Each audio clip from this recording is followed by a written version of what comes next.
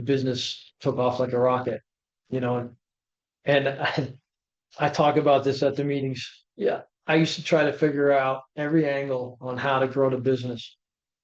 Never in a million years did I think I needed to get sober. Yeah. The angle Right. was just get sober Right. and Right. it's going to work Do out. the next right thing. Yeah. Do the Yeah. next right thing. And that's how it grew, Yeah.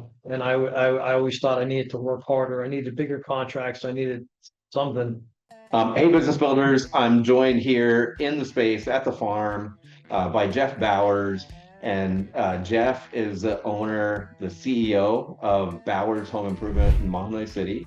And I like being here live and recording this because normally I have the camera pulled in closer, but I get to have my Theodore Roosevelt man in the arena plus, how do I go this way, back here. Coal miners coming up out of the ground. In the picture, Jeff being from Mahanoy City, he is from the anthracite coal region, like I am. So we have that in common. Jeff, I'm really glad you're here. Thanks for having me. Welcome to the Business Builder Way podcast, where we help business builders grow leadership skills and wisdom and stay grounded through hero stories. So let's get after it. Yeah, can you so you just tell us a little bit of your story. Like you were mentioning before I hit record that your dad started the business. Is that right? Yeah. So dad started this business. Actually, um, dad went into rehab in 1990. Okay. Came out of rehab, had no job, um, started from nothing, and he started Bowers Home Improvements. And we had a beat up truck and a little bit of tools and not much money. And then he, put an ad in the newspaper, Bowers Home Improvements. And I remember that I was like 12 years old when he didn't had that venture. The whole thing, like the rehab, coming out of rehab with nothing. We were on welfare, and he started Bowers Home Improvement. I remember the phone ringing off the hook through that summer. And Yeah. I'm, trying to be off school for the summer and the phone's ringing. And How old I'm were you? What year? 12 years old. Yeah. And these people are calling and calling and calling looking for my dad. There was no cell phones back then or nothing. And yeah, so dad started the business 1990. And I graduated high school in 1996. And I did small engine repair. Okay. When I was in high school, I went out to Votech and I loved quads and motorcycles and I had three wheelers. And that was my passion, small engine repair. So what I wanted to do when I got out of school, I wanted to go to, I wanted to continue my education in that field. And Motorcycle Mechanics Institute out in Ohio, I think it was. That's what my goal was. But I wanted to take the summer off. And dad said, you could take the summer off but you're gonna work with me. And here I am, 29 years later. Okay. Um, Stuff happened in between there, stuff came up that I ended up not being able to go to school and stuff like that. But that's a whole nother story. But I started out as a cleanup guy for Bowers Home Improvements, and um, that sucked. Mm-hmm. I hated it. Mm-hmm. Absolutely hated it, and that drove me to be an installer. Um, Starting out as a cleanup guy, you're constantly cleaning up and lowest guy on the totem pole. And I found that if I would if I would start picking tools up and doing some installation, siding or doing windows or getting on the roof and helping install the shingles, I didn't have to clean up. Yeah. Right. And Yeah. I never understood it, but if I was installing, dad would clean up. And if I didn't have to clean up, I was for it. And fast forward 25, 30 years later now, I'll clean up any day of the week, and it's Sure. funny because You're willing. yeah, Yeah. my son works for me now, Okay. and I'm sure he hates cleaning up too. If he's putting a window in, I'll be the first guy to grab the garbage, clean up, get the dustpan. Yes. It's part of the job, but I didn't realize it way back then. So now you know what it's like. Now I know what it's like. You're experiencing it in reverse. Exactly. Yeah. How old is your son? He's 20, 23. Okay. Got it. And dad is So dad passed away. Okay. Dad passed away from pancreatic cancer in 2021. And I worked with dad for 25 years side by side. And I can't ask for nothing better than that. I could write a book on just that whole thing. We had, um, and the backstory on me and dad was, when I was 4 years old, my mom left us, so he raised me from 4 years old, on up through his addiction, through his recovery, through him building Bowers Home Improvements, and then bringing me on to work with him. Mm. And then later on in life, I went down the same road he did, and I had to get sober. And then dad was there for me for that too. So, um, it came full circle. When dad was diagnosed with pancreatic cancer, he wasn't sure where he was going to go to recovery after he had big surgery. And she said, come with me, I'll take care of you. So I got to take care of him. And That's beautiful. Sorry, Anne. It was really beautiful. It's really cool. a lot of people always say sorry for your loss, but I mean, it is a loss, but through my recovery, I was able to see it from a different angle. I've never grieved. Like there's nothing sad about it. I'm grateful for every single thing. The day he died, I was grateful to it. It's just, the different thought process we have. Yeah. I was grateful. Yeah.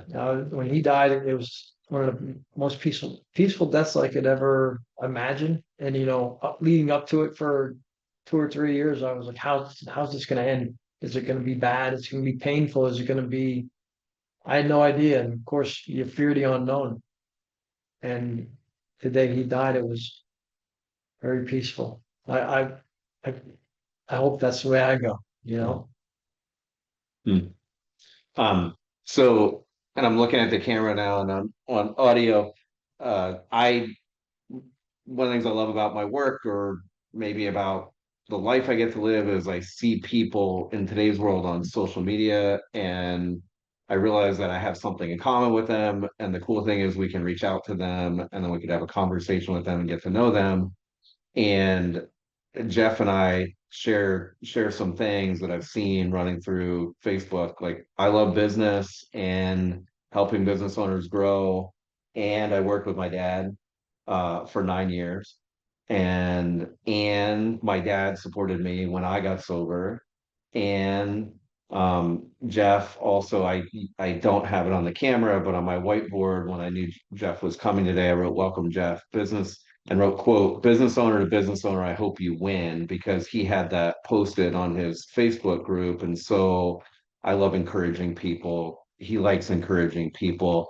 And I see that you post pictures of coffee, which I love a lot, like going on the road, and ice cream cones with sprinkles seems to be your like ice cream of choice. Yeah. I don't know. Yeah. Yeah. Twist in a cone with sprinkles. It's my go-to. It's more of a running joke, a couple of times that we were working out by ice cream place, and I'd stop and make a joke that, something's wrong with all my work vehicles. They just seem to pull in automatically.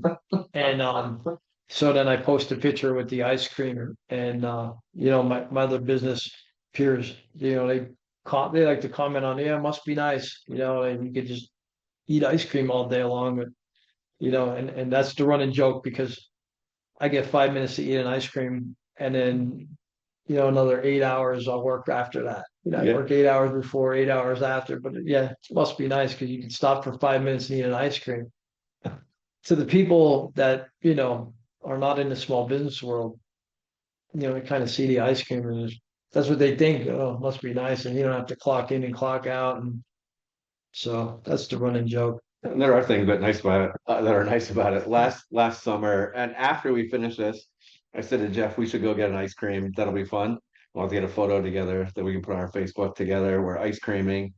Last summer at the Freeze over in Origsburg, they have all these named Sundays. So Sundays maybe aren't your thing because you like the twist, the cone with twist, but they've all these named Sundays, like the Elvis, the Dolly Parton, the Bee Gees, what And last summer I made a little mission of mine to get through all of them, right? Like I wanted to get that they don't really give you a t-shirt, but I wanted to get through all of them. So we'll have to do that afterwards. But yes, we have that in common, and the recovery thing is in common. And you said to me tonight that you need to be somewhere at 7 because you're going to be speaking at a rehab, I think, right? Is Yeah. what you said. So, yeah, I don't know. Do you want to share any of that? Like what it's, I didn't realize your dad started the business, after coming out and, of sobriety and, or coming into sobriety. And, yes, like what, So tell me a bit about you. I started drinking. Dad gave up drinking and I started like right around the same time. I was 12 when my dad got sober, and I started drinking around 13 years old. Like just we were building a shack one time up in the mountains of Mahanoy City, and there was an old burned out beer distributor on a railroad bed. And my buddies they'd go in there and they'd test a couple bottles, and if a couple bottles were okay, then they said that case is good, take it up to shack. And I remember having my first beer up there, and I didn't get drunk that time, but a couple weeks later, drinking again, I got drunk for the first time, and I was very shy when I was younger, and you know how it is. You drink a couple beers, Right, and that goes away. right, And, right, and I'll never forget that feeling, the first drink. And then I was chasing it ever since then. And drinking through high school. I was shy in school, and we'd have party that on top of Dad's warehouse. I had a garage for my three-wheelers and my motorcycles, and we turned that into a party place. It was the garage. It was fairly known by all the teenagers in Mahanoy City at the time, and police. They were there often. But yeah, so I drank right up through school. Partied on the weekends. We drank all the time. Coal region, that's what you did. It wasn't, I was drinking with teachers' kids, and I wasn't the only one drinking. Everybody right, drank. right. And after I got out of high school, I started doing a little. I skipped the marijuana and started doing a little cocaine, Mhm. and then the cocaine turned to meth. And once I started doing meth, um, I fell in love. I was like, this is great. I could stay up for days. I could work harder. I could get more done. I was more focused, and I didn't drink no more. I stopped drinking when I started doing meth. And I thought that was kind of a good thing, but um back in 98, my buddy Brett was they were bringing it in from California, I think it was, and they were bringing it in by the pound, Hmm. and they went down, and I'll never forget it. I wasn't hooked yet, and I went to go see him, and he said, "Kid, don't ever get hooked on this." And I'm like, "What are you talking about?" Because I could party on a Friday, Saturday, Sunday, Monday, and just turn it off for a week, 2 weeks, and do it all over again. And he went to prison, and about 2 years later, I was doing drugs every day for maybe 3 months straight, and then I couldn't get none, and I couldn't stay awake, and I was like, this is what he's talking about, Yeah, and the story I'll tell tonight is the story I'll tell right now. I didn't set a goal then to never do drugs again, and that's what the goal should have been. right, That's what any normal person right. would have done. My goal from there on out was never run out. Don't ever run out again. And that was in like 2001, 2002. From then on out, I was trying to find the angle to just never run out, get a better connection. Um, I started cooking it myself. Back in 2008, 2009, 2010, we were cooking, getting Sudafed all over the place, all the Walmarts, and then Right. hydrous ammonia cooking. And geez, if I would have got caught, man, I'd still be in prison. So, I'm so grateful that I never got in trouble. But I got sick of doing that in 2010, and I got sober for 11 months, all on my own. I was never going to do that again. And my buddy came around with the bath salts. He's like, this is good. You can sell it. It's cheap. And so for about 3 months, I was selling bath salts. I was making as much money as I was in the construction business. Mhm. So I had two incomes. Yeah. But if you know anything, a monkey can't sell bananas, right? So I ended up becoming my best customer. But I hadn't heard that, but I guess that's true. it's true. I didn't hear it until I was sober for about a year, and some kid came in out of rehab and he said that, and I'm like, geez, where were you? Sure, right, Where were you 5 years ago? right. Um, but yeah, and I got this connection over in China. I was paying $2 a gram for the bath salts. You are a good business guy. You don't run out when Yeah. you're getting it by the kilo. I had sugar containers, Mhm. I don't like to talk. I'll get into the talking it up like it was a good idea. Right. It was what I needed. Are dark, I think that not only me, I mean, other people would say this too, right? Like there's a dark side and a light side. We can use certain gifts for good in the world, and we can also use those like for bad. And so it's not a matter of talking it up. It's just a matter of seeing how you're a pretty, yeah, like industrious guy. And now you use that to serve other people. Now you use that to serve your employees, your customers. And we'll talk more about some of what you told me with what happened after the little tornado in Mahanoy City and how you can put things together, right? So yeah, so and the other thing I was thinking, so I don't know that I've shared a whole lot. I share things about my sobriety or the fact that it's a key part of who I am, but well, on the podcast here, I haven't talked as much or had anybody that where I've gone as deep as you have, but it's good. And one of the things I was thinking, you and I are like kind of laughing as you're sharing your story.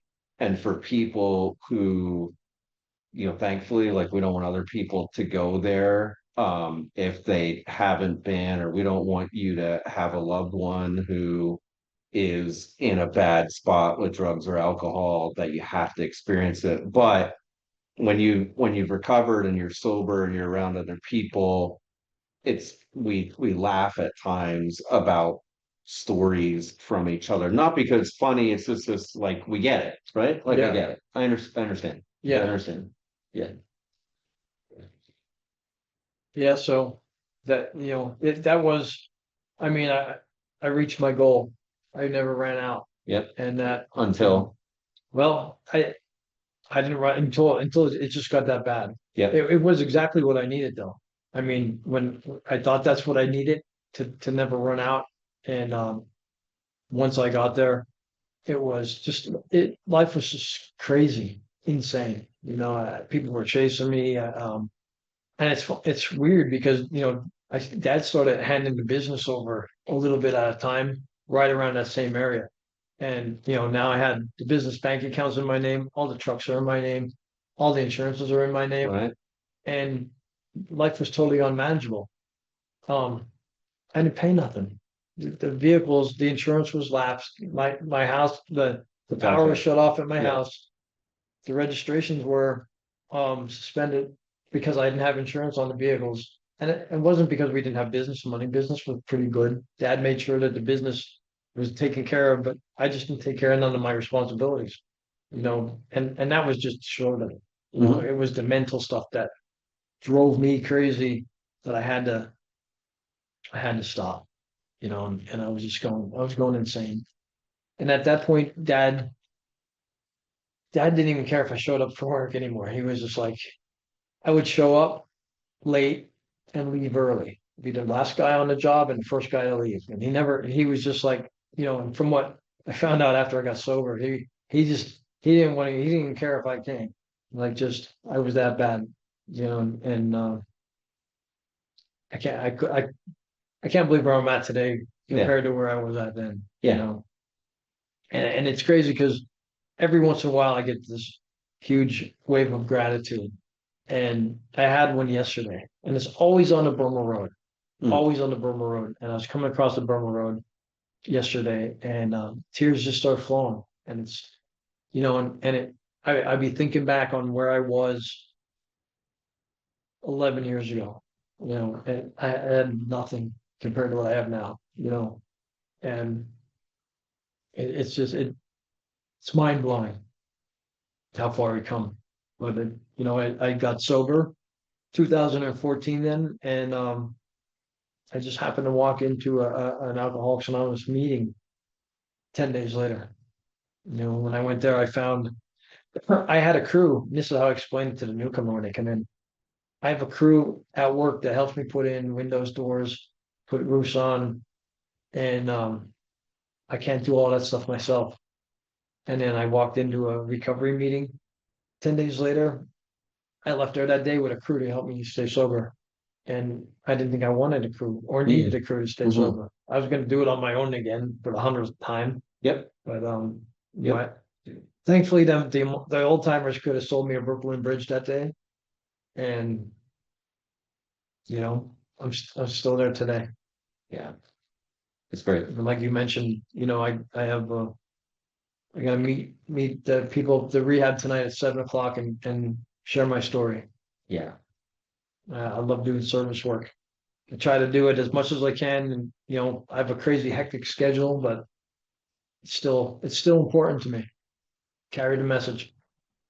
And based on the years and time, you say at 14 you've been sober. So dad, you got to be with dad, and he got to see you like 7 years. Yeah. And then you did start to pay the bills, and you did start to become a responsible business owner, and he got to see Bowers hand it over in a good way.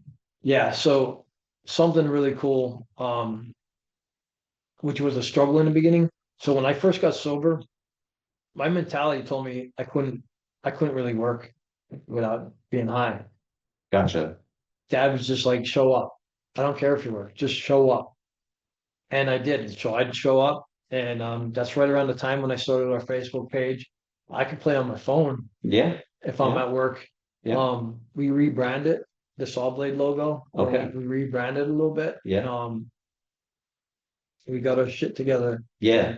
And I started posting, I started taking pictures of the jobs and posting them online and talking it up, and the business took off like a rocket, and I talk about this at the meetings. Yeah. I used to try to figure out every angle on how to grow the business. Never in a million years did I think I needed to get sober. Yeah. The angle was just get sober. Right. And it's going to work out. Do the next right thing. Yeah. Do the next right thing. And that's how it grew, and I always thought I needed to work harder. I needed bigger contracts. I needed something. There's got to be a silver bullet or a golden arrow or some kind of trick to it all. Yeah. Is what it feels like. And no, it's just hard work and doing the next right thing. Yeah. So, and eventually, I'd go to meetings, and I'd be like, man, I don't know if I could work.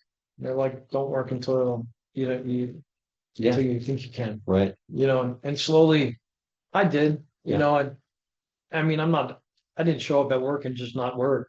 I did a little bit here and there, but nobody pushed me. It wasn't like jumping right back into fire. Sure. Yeah, and this is your story and not mine, and we're doing your podcast, and I want to hear more about the Mahanoy City recovery and how the business is now. But I will share that with you and with people that are listening. My dad got sober when I was 4. My mom left when I was 6 months old. Dad got sober when I was 4. I didn't live with my dad though, because he wasn't in a state when I was 6 months old to be able to take care of me. And so I lived with my grandparents. But then he was always around, especially very present after I was 4 and after he got sober. But I wasn't going to like have these kind of problems, right? Like I actually I didn't drink until I went to college. I never had a drink. Well, like I had like a sip or something like at a on the side of the road with a quart of Yingling or something one night with some people. But I was very afraid of alcohol because I knew that, like, because dad was never pushy about anything, but he would say things like, it could be genetic, and I'm not saying what you should or shouldn't do. I'm just saying you have to be careful. And so I stayed away from alcohol until exactly like you talk about, is I was with some guys freshman year at college, and I would leave every weekend and come home to stay away from all that stuff, but I was there for a weekend. I'm like, come on, have a beer. Yeah. And I know exactly what it was. I know the color of the bottle, and it was like magic, baby. And I too was pretty shy and introverted. I'm not now. And I sometimes, if alcohol maybe did me a favor in that sense, like Yeah. maybe that's why when I started coming out of my shell. I don't know, but yeah, and I was working with my dad in the family business when all of this, like when the unmanageability and not being the guy I wanted to be all came crashing in. And for me, it was being out of town, working for dad's business is where I really dug deeper and deeper, and was doing things like being in rental cars out of town on business and waking up in the morning and not knowing where I had been or how I had gotten back to the hotel, and just stashing cash in my bag in between trips so that there wouldn't be as much money. I never did put it on the company credit card, but so that like the home front didn't see what I had been spending on the credit card at bars, so I'd have some cash set aside Yeah. and playing this whole little game.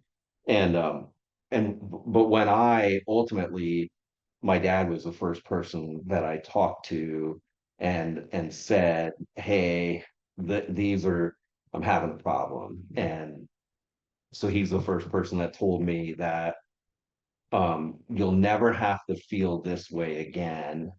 Like you may have bad stuff happens in life, Wayne, but you'll never have to feel this way again if you do things that other people before you have done to Yeah. follow the path. And that's been true. But I so get I often say I knew my life was unmanageable way before I was willing to admit that I was powerless or that I couldn't handle it. Like I wanted to be able to handle this. Like, I Yeah. want to be able to fix this. And ultimately, like, yeah, we surrender to win. We have to give up. I mean, or at least that it seems to me. And life has gotten a whole lot better since then. And yeah, like I was afraid to go out of town to do the job that I did at that time. I was afraid the first time I had to go to Las Vegas on business because that was a place of a lot of like not such good stuff. I think I quit drinking. I quit on my own like 3 times in Vegas and started 4 times or something like that because we were in the used car industry. And so Vegas was the place we went. In sobriety, though, I ended up discovering there's a whole lot more to that town and to Nevada than just Yeah. like all the bad stuff. Like there's all kinds of hiking and there's all kinds of great restaurants away from the casinos. And there's a lot of, not surprisingly, there's a lot of recovery meetings in Las Vegas because it just, would be an environment where there's both extremes, extreme debauchery and extreme recovery as well. Yeah. So I was out in Vegas in 2021, and one of the things that I thought when I was out there, I couldn't be out here. I couldn't be out here if I wasn't sober. I I'd die. I probably would die yeah, out there. right. Yeah. So the business, you said you started doing Facebook and started doing those things. So when it was like you and your dad running it, I'm picturing maybe a handful of people and then some more though, and more regular business. Is that what started happening when you started posting it on Facebook? What was that growth? You said with the business took off. Like what happened? It did, yeah. I mean, I don't know. Like, I just think it's all together. Everything, me being sober and the business on Facebook. I don't know if there's one particular thing that just made it happen, Mhm. but God is Yeah, definitely a big part of it. yeah. But yeah, I don't. What does the business look like now in terms of office, shop, trucks, people, the work you're doing? Like, can you paint a picture of the business now, what it is today? Yeah, so I have four employees. Two of them were dad's employees, and one of them is one of my high school buddies that we worked together with dad, and now he comes out and helps us out. And the other one is my son. My son's been Nice. he's 23 years old, and he's been with us since he's 14.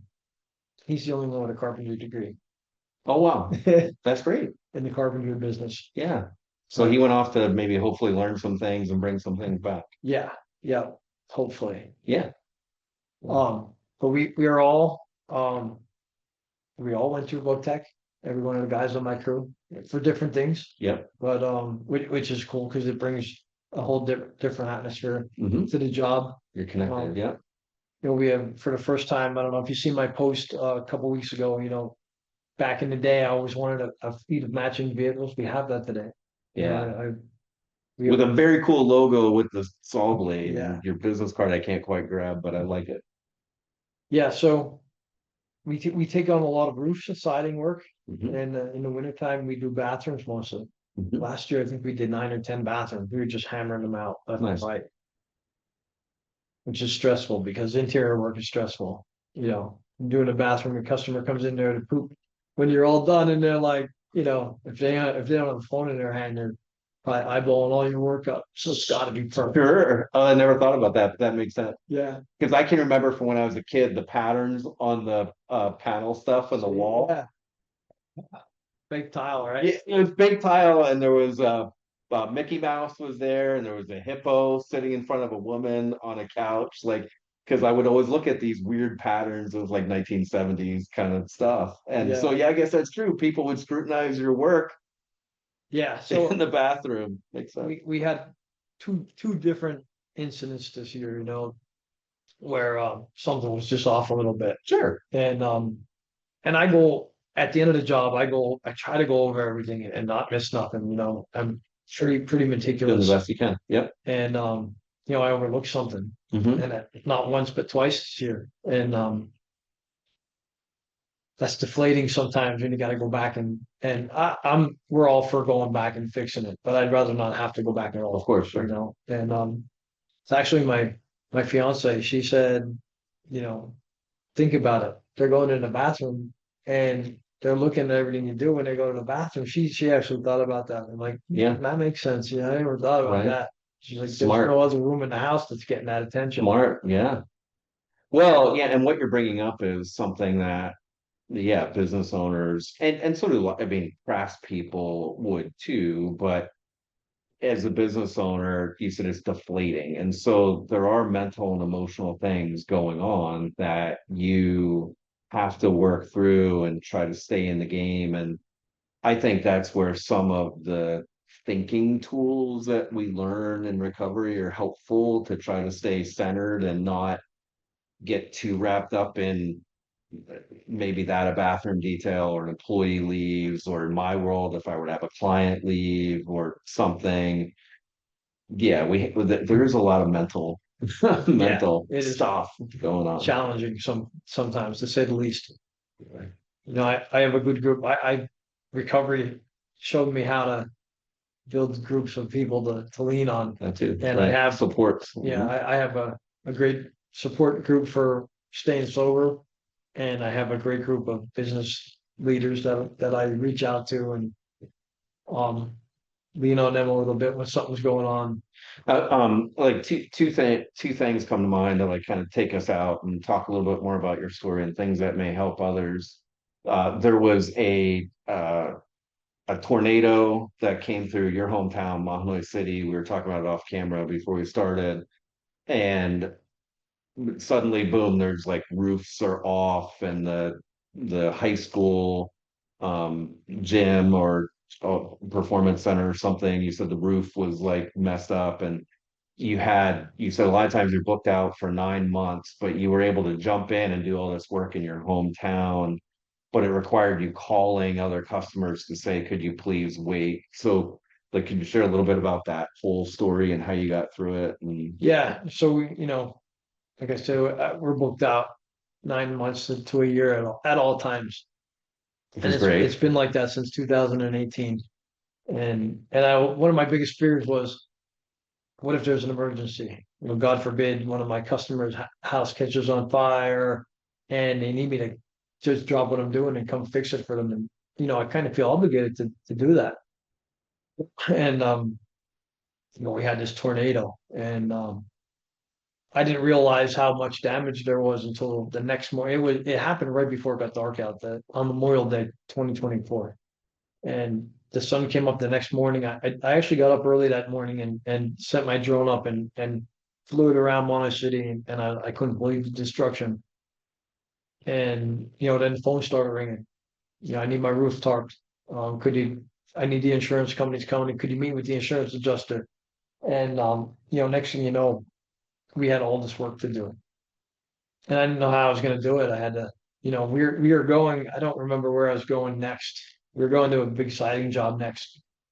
And I'm like, I'm gonna have to make some phone calls and see if I can move my schedule around. And one by one, I called all these customers up, and they all know that I'm a business leader and huge in my community. And when I called them up, they're like, we were waiting for this phone call. And I said, I'm gonna have to put you off for maybe 90 days. Is that all right? They're like, absolutely. Nothing you're doing at our house is an emergency. We'll Mhm. wait. Take care of the customers that need you. And I think I broke down crying when after the second or third phone call, they said the same thing. We were expecting this. We knew that you were going to be called upon, and I was able to put everything off for. I think we gave them like put a 90-day freeze on our schedule. Mhm. And what ended up happening is we got caught. I built up another team too. I got a bunch of our baseball kids out I coach Mahanoy baseball. So I called some of them kids out to help us clean up. And, I had them guys out cleaning jobs up before we could get started and material deliveries. It was like, well-oiled machine. And we kind of got ahead of schedule, ahead of the emergency. I have a Yep. whole, in my phone, I have a whole tornado schedule. It's still in there. But we got ahead of that, and I was able to start bringing my regular customer back into my schedule again, actually ahead of the 90 days that I anticipated. Yeah. But it was an experience. I wonder if there's a lesson to that. You said that people expected to call, they know you're a leader in your community. How do they know that about you? So I'm the Chamber of Commerce president in my Yep. area, and I was Citizen of the Year the year before that at the Elks Citizen of the Year. So Nice. yeah, all my customers know I'm plugged in the community. I'm invested, and so that's probably. And you coach And baseball. I coach Mahanoy You love your baseball. town? Absolutely. Yeah. Yeah, Mahanoy City. There's not much to like there if you're closed minded. You got to be open minded. And my fiance, we were out walking a couple of years ago. We took up the hobby of walking. It didn't last long, but we were walking around town. She's like, "Look at this place is beautiful," and Yeah. I said, "This place is a shithole." Yeah. As there's a hole in the sidewalk. If you don't step over it, you're falling into the basement. I'm like, Yep. this is a shithole. And she's like, come on, look at this place. Is she from there? She's from Tamaqua, originally from Philly, moved to Tamaqua, and then Mahanoy City. But she changed the way I looked at it, Awesome. and that was before I became president of the Chamber of Commerce. Oh, wow. I coached baseball at the time, but I looked at our town the way everybody else did at that moment. I don't think I changed my mind right away. Sure. But Sure. eventually I did. You're waking up. Yeah, and I set out Chamber of Commerce president. Since I got in Chamber of Commerce, we brought back the fireworks for the 4th of July. Uh-huh. And my biggest goal, and we achieved it in 2022, was or 2023. I don't remember, bringing the train ride back to Mahanoy City Community Day. I was going hard since 2019 to do that. Everybody said, you're never going to do it. Uh-huh. It's a done deal. Nice. Every January, I go down to the Reading Anthracite and schedule our train ride for Community Day. and I get to pick, is it going west? Is it going east? Uh-huh.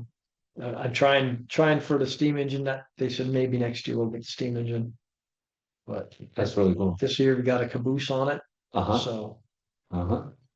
we're building it up. Really But great. that's talking about walking on air. The first year that we had it in, like the train coming into Mahanoy City for the first time in 30 years, Mm-hmm. you know, and I was naturally high the Mm-hmm. whole day, Mm-hmm.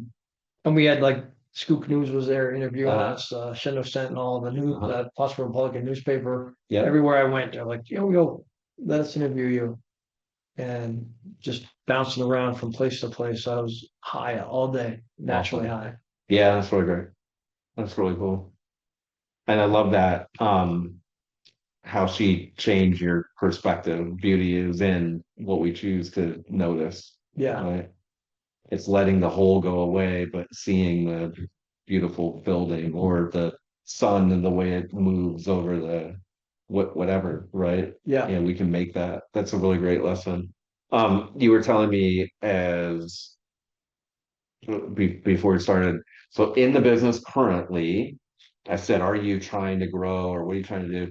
And you said, well, you're working on, you read a book, and so you're starting to work on some vision stuff and communicating that to your team. And it sounds like you're starting to dream about maybe there would be something else that we want to do with it, right? So what's next? Like where are you headed? What are some of the things you're thinking about? Oh man, I'm thinking about a lot of stuff business wise. Um, I told you I have support group and those guys are great. Business coaches and stuff like that. And you know, I always want more out of my guys, but what am I giving back? Hmm. Besides a paycheck. And the more I think about it, there's so much more. There's more to this business than just a paycheck, and I want to see what them guys, what do they think about our business? Because, Okay. like I said, some of my guys have been with me 20 years, even with Dad. I inherited them when Dad passed away. They stuck around and so I wanted to be more than just a job for them. And I started putting a mission together, mission statement for our business, Hmm. and a vision, for us, not just for me, for the business, but for them too. So I'm trying to get more detailed, more business oriented. Yeah. I feel like it might maybe a little bit chaotic at times because sometimes there's not enough chiefs and too many Indians and too many Indians and not enough chiefs and vice versa. And I like to straighten that out and just get more of a well-oiled machine. Yeah. And I think if we do that, the business should just naturally grow. Uh, like one step at a time, right? Yeah. There's a guy in our community, in my business builder community. His name is Matt Ott, and Matt owns Modus Construction down in Berks County. And he came to us and said he had started this construction company, but he was mostly doing consulting. He had built hotels working for a big, really established company. And he said he wanted to build hotels. He was going to have this construction company, he wanted to build hotels. And he went to, it was 2021 in the spring, we had a retreat. And at that retreat, he was with four other business owners and he was talking about this vision and they were pushing on him to write down some values. And I get people to write down 3-year visions and dream through that. Anyway, so he did that back then and had recorded on a flip chart on a big sheet of paper. And now they're starting a third hotel. The crane just showed up. They have the core towers poured, and it's down in Lebanon County. But they built 2 hotels. Like they legit have built hotels, which is cool. And as he was talking through this the other day, and the guys were saying, "Remember where you were back in 2021 when we were on that porch and we were outside at we call this place the Mansion in the Pines because it was a big mansion that I rented off of Airbnb down in Lebanon County, and you were writing down your values." He goes, "Oh, I have them hanging in my office." Yeah. And he panned around on the Zoom and he had those papers hanging in the office. But like what you're working on now with trying to get clear on the vision and starting to talk to people about how do you view this? Not because you have expectations that they should view it any kind of way. You're just trying to listen and try Right. to hear, like, do you guys ever think about like other things we might do or where we might go? Like, that's how it starts, is like the next, whatever is next for you, that's where it starts, with that listening and thinking and starting to write things down. So that's pretty exciting. Yeah, it lit a fire underneath my butt, Yeah. because like now it's not just about me, it's about them too. Yeah. I care about how they feel, and I'm also like wondering how they feel Hmm. because they've been with us so long. Like they got to be bought in. There's got to be more than just a paycheck for them. Sure, there's a reason they keep showing up, right? Yeah, Yeah, and whether consciously or subconsciously, no doubt, we're getting a little bit of sun here. You've been thinking about them, and they know that, and that's part of why they keep coming back to, right. right? They know who you are, and they know your heart. Yeah, talk about building hotels. So back in 2022, I started another business called Uh-huh. Liberty Hill Investment Properties. I had a couple houses left to me, um, in my dad's estate, Hmm. and I didn't want to sell them. And before the estate got settled, I had to do something with them, so I started renting them out. And the money I got in from that, I just kept reinvesting in that. So every year I buy a house or two, a garage or two, a building or two. And right now I have 28 tenants, but I bought some lots, and Hmm. we got zoning approval on a storage facility. So we're looking to break ground on that in November. And I just had two lots perk test. So we're looking to build two houses on them lots. Hmm. And I've never built a house before. Yeah. We have built garages, I've never Right. built a house before. So and I had a talk with my crew back in April. I'm like, listen, and this was before I had a vision, a mission, anything. I'm like, I want to take this business a little bit different direction. Maybe we don't have to work for people no more. We can work for us, or build houses and build a house, sell a house, build a house, sell a house, build a storage facility, rent it out. So along with working with customers, but so that's where we're going. We got the ball rolling in that direction a little bit. We're gonna dip in and see how, hopefully the market doesn't crash when we get our house ready for sale.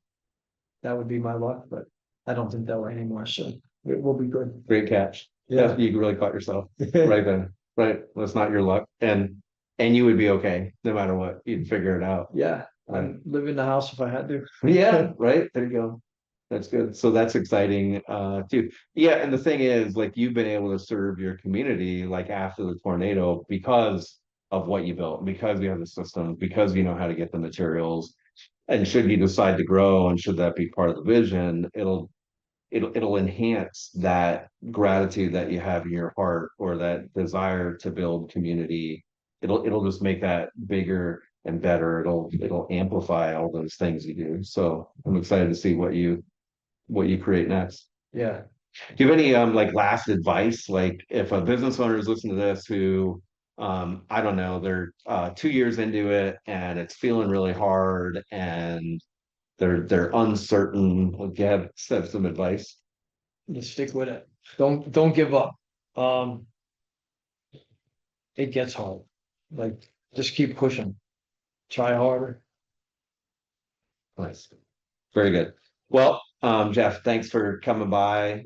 Business Builders, it's been really great to share Jeff and his story with you. If people want to reach out, I always say, like, if somebody I've done some guest appearances where I've talked more about like the sobriety journey, and I always tell people, like, if there's something I can be helpful in that arena, don't hesitate. Like, I'm on LinkedIn, I'm on Facebook, and I'm happy to do that. So if anybody in PA, Mahanoy City area wants to do construction, they can is what's you're on Facebook, Bowers Home Improvement, Yep. right? And if anybody wants to reach out to you, what if somebody does hear your journey can they reach out to you on Facebook? Or, Yeah, like so how do my- people get a hold my- of you? My number is on my business page, Okay. and it's directly to me. You know, you want to reach out about business, or you want to reach out about recovery. I'm always there to help. Nice. Well, thanks again for being a guest and showing up. We appreciate you. Thanks for having me. Awesome. Should do this like on camera. All right. Thank you for tuning into the Business Builder Way podcast. If this episode spoke to you, click that subscribe button and share it with a friend. That's how this message gets out into the world. If it is helpful for us to have a short conversation, I'd love to do that. Send me an email at wayne@businessbuildercamp.com.